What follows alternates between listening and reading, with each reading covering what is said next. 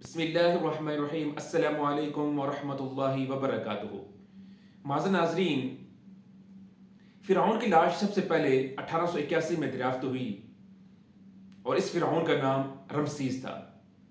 یہ بات یاد رہے، لفظ جو فرعون ہے یہ کسی فرد کا نام نہیں ہے، بلکہ یہ ایک ذمہ داری کا یا کسی عہدے کا ایک نام ہے۔ جس طرح کہ ہمارے ہاں صدر اور وزیر اعظم کسی فرد کا نام نہیں ہوتے بلکہ ذمہ داری کا ایک نام ہوتا ہے، تو اسی طرح فرعون بھی اس دور کے جو ایک ذمہ داری تھی، حکمرانی کی ذمہ داری، اس کو فرعون کہتے تھے۔ تو موسیٰ علیہ السلام کے دور میں جو فرعون تھا اس کا نام رمسیس تھا۔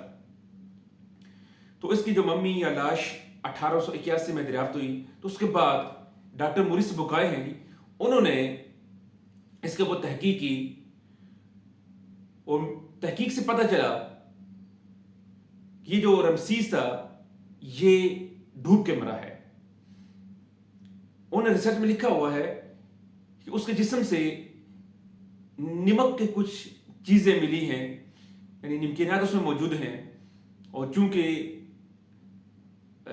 سمندر کے اندر نمک ہوتا ہے تو جو فرد سمندر میں ڈوب کے مرتا ہے تو اس میں نمکینات کی جو چیزیں ہوتی ہیں وہ خود بخود مل جاتی ہیں۔ تو اس حوالے سے آج ہم ذرا قرآن مجید میں دیکھتے ہیں ہمیں کیا فرماتا ہے۔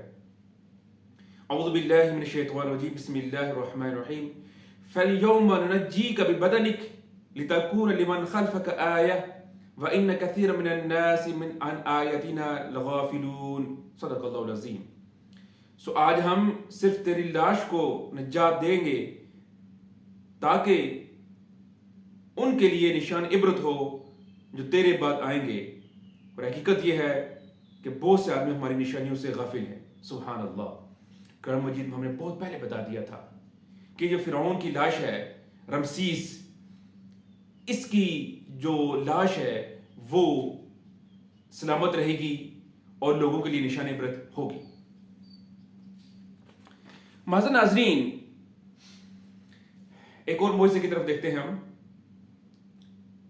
امریکن ایک پروفیسر ہیں، ان کا پروفیسر کا نام ہے ولیم براؤن۔ وہ باٹنی کے ماہر ہیں، انہوں نے بہت سی تحقیقات اس حوالے سے کی ہیں۔ تو حالیہ انہوں نے ایک تحقیق کی ہے جس پہ انہوں نے یہ بات ثابت کی ہے کہ یہ جو پودے ہیں یہ بھی گفتگو کرتے ہیں۔ جی ہاں ناظرین، انہوں نے یہ بات ثابت کی ہے کہ جو پودے ہیں، درخت ہیں، یہ بھی کمیونیکیشن کرتے ہیں۔ سبحان اللہ۔ آئیں ذرا ہم سورہ اسراء کی آیت نمبر 44 کو دیکھتے ہیں۔ تسبح له السماوات السبع والارض ومن فيهن وان من شيء الا يسبح بحمده ولكن لا تفقهون تسبيحهم انه كان حليما غفورا۔ سبحان اللہ۔ ساتوں آسمان و زمین اور جو کچھ ان میں ہے اس کی تسبیح کر رہے ہیں، ایسی کوئی چیز نہیں جو اسے پاکیزگی اور تعریف کے ساتھ یاد نہ کرتی ہو۔ ہاں یہ صحیح ہے کہ تم ان کی تسبیح کو سمجھ نہیں سکتے، وہ بڑا ہی بردبار اور بخشنے والا ہے۔ سبحان اللہ۔ معزز ناظرین، دیکھیں کہ قرآن مجید میں کتنا واضح کر دیا تھا کہ جتنے بھی جاندار ہیں جو زمین آسمان کے درمیان رہتے ہیں وہ سب اللہ کی تسبیح کرتے ہیں، وہ کہیں نہ کہیں بولتے ہیں، گفتگو کرتے ہیں۔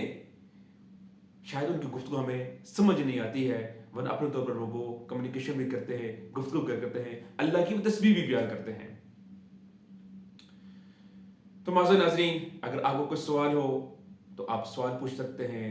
اگلی ویڈیو آپ ہی کے کسی سوال کا جواب ہو سکتی ہے۔ السلام علیکم ورحمۃ اللہ وبرکاتہ۔